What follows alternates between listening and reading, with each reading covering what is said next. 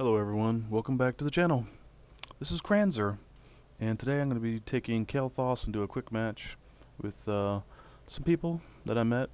Same guys that I did a match with in my Chromie update patch video. Today, the build that I'll be taking Kael will be focusing mostly on his Q damage. At level 1, I picked up the mana barrier just for the extra survivability. You know, gotta keep yourself alive. And if I don't go with that, I don't generally get convection. The extra damage is nice and all, but overall I find the mana barrier with the increased mana pool option, since that mana pool still stacks unlimitedly, is just better overall for long-term fights. Yeah, that's what we went with at the beginning of the game.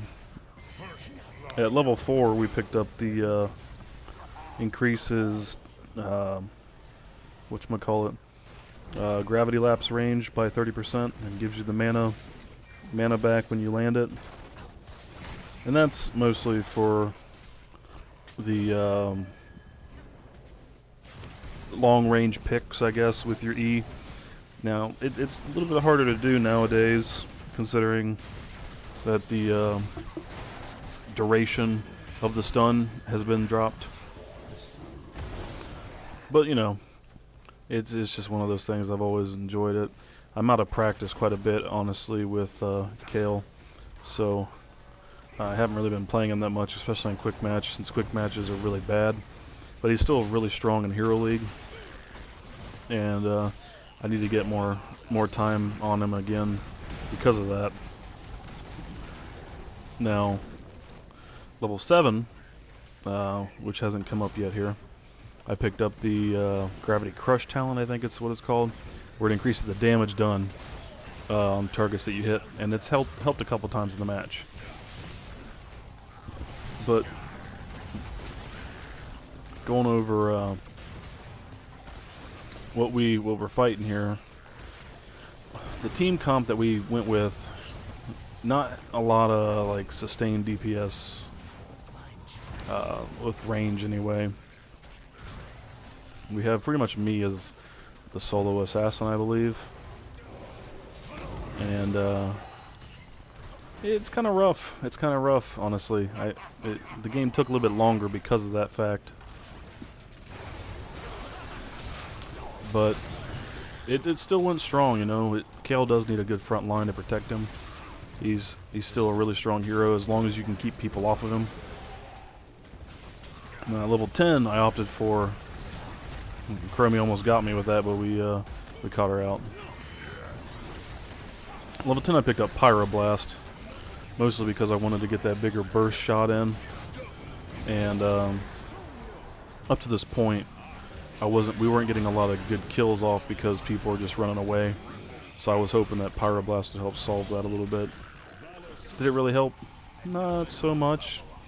Not so much, but then again, you know, Phoenix wouldn't have really done much more for us either. So Pyro was the better choice in this instance. This is an interesting little battle here. Like, me and him had like a quick little fight. And I cast a Pyroblast and it just chased him, and you'll see up on the screen here in a second. It got him. Can't escape that Pyro, buddy. You can only hope to heal, I guess. Get away from it. But we got that kill on him, and I went up to help top lane a little bit, push off the advances of Artanis there. But at this point, we had a really strong level lead. We were doing really good. 13, I picked up Pyromaniac for the reduced cooldown, so I could get my Qs out more. Overall, any of those talents are kind of whatever, really. The changes that they made to his W, where you can't double bomb people, really limited the usage that I see out of that ability anymore. Most of the time I get the just Qs off, and the Ws are not nearly as viable, I don't think.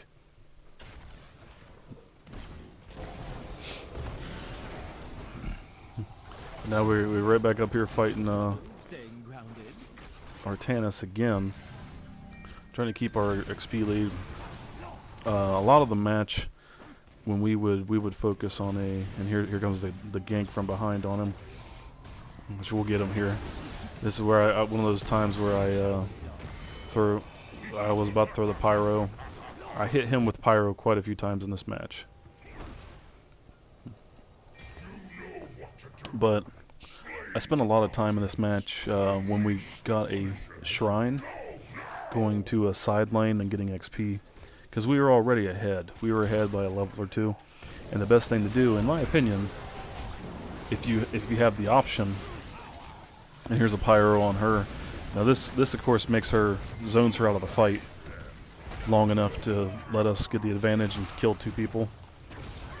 See, so that zoned her out of the fight the whole time, which is from full HP too. So a great use of the ability to land it on a squishy target like her. And here's a situation where I was doing that split push for experience and got caught out. Sometimes it happens, but my team's all pushing with the golem or the immortal or whatever you call it. So I got killed, but we're up here doing damage to their fortresses in their base right now, because they spent that time down there messing with me. And even though we lost the monk and myself, we still managed to slam that keep right there. Took that down. We lose a couple people for it, but to have that early game push, now they have to focus on that lane to keep the XP going. And after that, they went up top and you could see on the map the little group, what do you call those guys, the bruisers or whatever, I can't remember what their names are, into our top base, and then they tried to do like a gank move on us, which I was going to go up there and get it, and I saw that the what do you call him, shaman was dead, so I came back to the team fight, and we did okay, considering I wasn't there at the beginning. Here I go again with another shot on her. It's not going to kill her, but I want to make her back off. I know she didn't pick up the spell shield, so I'm using that to my advantage to land some big shots on her. But at this point in the game, we're actually getting behind. At level 16, I picked up the Fury of the Sunwell, I believe is what it's called. It makes your Q go off twice. And I picked up for wave clearing, doing siege damage, zoning in team fights, you know, that big circle area that they can't walk in without taking damage. Now, if you go with more of a Q-oriented build, picking up like Convection at level 1, put the extra damage on your Q, then like Burn Flesh at 7, I believe. If you can land some double shots of that, combined with the 2 procs of your Fury of the Sunwell, you'll be doing a lot of damage to people. But that's not the build I went with in this, but it's definitely viable as well. And we got another big team fight here at the shrine. I'm trying to land some heavy damage on their front line while at the same time pressuring Lunara to keep her off the team, but we end up losing that team fight as well, which, you know, it happens. We weren't in the right positions. I keep trying to do some more poke damage and here I get caught. Finally she caught me. And that deleted my guy. But you can see I'm still, I mean, I don't know why I wouldn't be, but I'm running top siege, top hero damage on the team. Their Lunar is actually doing a great job. And this is a follow-up to that shrine that we just did. Diablo got killed off there. They're going to end up taking that fortress, which is still not a big deal because we still got their top keep. They haven't touched our keeps yet. So that's got us in the game still. And one thing you want to try to do, I did line it up properly that time. You want to land your Q, both shots on your Q on that thing. So like, you want to lead it a little bit, because you just see I just walked out of it the second blast. Had he not leaped the first time when I threw the Q on him, it would have got hit by both the blasts, but his leap got him out of it, which is fine. Point blank shot on Artanis to kill him with pyro, and then activating my shield to get away. And back to the shrine again. Same strategy. Tried to put some damage on their front line. I mean, it's really hard to get into their back line, and they got that Rhaegar ancestral healing off on Muradin. I know generally Muradin's not the good target to be throwing pyro, so I kind of hit the wrong guy with the pyro that time. Generally, I think the best option would be if we can get some damage on a Rhaegar, get him down to like quarter HP, half HP, for me to throw that on him since he can't ancestral himself. But heat of the moment, you know, you make mistakes, and that's how you learn, is recognizing that you made a mistake and redoing later. It's like right now, if I had my ult, Rhaegar would be dead. I would have just killed him right there. But I don't have it, so nothing I can do about it. But I keep trying to, I'm trying to get that Artanis out of the picture, is what I'm trying to do. Is I keep on throwing damage on him. But that shield build that he does is just so strong. If you don't have a lot of burst damage, like the way we, or not, yeah, a lot of burst damage, to kill him quickly, he takes forever to kill, which is exactly what you're seeing right now. Murky just got a good kill on their Rhaegar, taking him out of the fight. And we're still up here fighting for this thing. I'm not going to back out of it. At level 20 I picked up Arcane Power, and that gives you the mana regen as well as damage increase. And the reason I picked that up, rather than like the Pyroblast ult cooldown reduction, is to keep me in the fights longer, because as you've seen, most of the damage I'm doing, I'm not really landing a lot of kill shots on the enemy team. What I am doing is tons of siege damage and lots of hero damage. I can't believe I missed all that. I got her though. And what I need, and here's a point blank shot on his face again. That got him. But what I'm doing for the team is most of the hero damage, you know. So if I run out of mana, then we lose. And here's a gank on Rhaegar as well as killing a fort. And we did that when we won the shrine. So we're letting that push while assaulting the middle, which is, like I said, what you want to kind of do. When you start getting to this point in the game, we probably should have pushed with the immortal guy. You know, hindsight. But then again, not everybody was in position to do that, so we did the best that we could with the options that we had.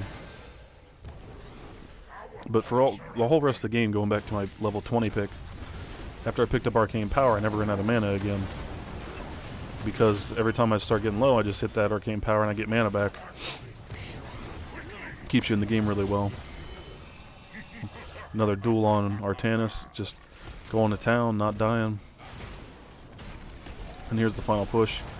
So we won the shrine again. Did some good damage off on their team. Trying to kill that Artanis, but Rhaegar gets that ult off on him. And this is right here's where they messed up. Artanis should not have followed, because now he's outnumbered, getting blasted by my ult and everything else. Burn him down real fast. And their Chromie is already dead. She's still trying to res. And I get in here, throw some damage on their heroes a little bit. And I would have died right here had they have not kept Chromie off me. But they knocked her out of the way. So good job on the team's part. But now we just kill the core. I'm trying to move back and throw my Qs in whenever the cooldown's up. Get double shots on the core. But yeah, overall, Kael still really strong. I don't recommend playing him in quick match solo, because you're just asking for trouble. Without a front line protecting him, he's very vulnerable, very easy to kill, and you'll just get frustrated. So if you do want to play him, make sure you have a front line, support, whatever. But as you can see in the game, I did 109,000 damage and 153,000 siege. Really strong character and top XP contribution. So I recommend him. If you like the video, like, subscribe, thumbs up, all that stuff. This is Kranzer, and I'll catch you next time. Bye-bye.